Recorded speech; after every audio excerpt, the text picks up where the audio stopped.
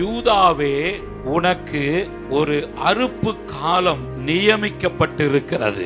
ஆண்டவரை துதிக்கிறவர்களுக்கு ஆண்டவர் ஒரு அறுப்பு காலத்தை நியமித்திருக்கிறார். எக்காலத்தில் கர்த்தரை துதிங்க, உயர்விலே துதிங்க. தாழ்விலே வந்துட்டோமேனா துதிக்கத்தான் அது மேன்மையா நம்மளை கொண்டு வரும். நீங்கள் நெருக்கப்படும் போது அதனுடைய அடையாளம் என்னன்னா, கர்த்தர் உங்களை விசாலத்திற்கு கொண்டு போக போகிறார். நீங்கள் கீழே பள்ளத்திலே இறங்கி விட்டீர்கள் என்றால் கர்த்தர் உங்களை உயர்த்த போகிறார். எல்லாரும் சேர்ந்து அமுக்குறாங்கன்னா நீ ஓங்கி வளருவாய். இந்த மாதத்திலே உங்களுடைய பைனான்ஸ் நதி ஓடும், உங்க சமாதானத்தின் நதி ஓடும், உங்களுடைய சுகத்தின் நதி ஓடும். மழை இருக்காது, காற்று இருக்காது, அடையாளமே இருக்காது.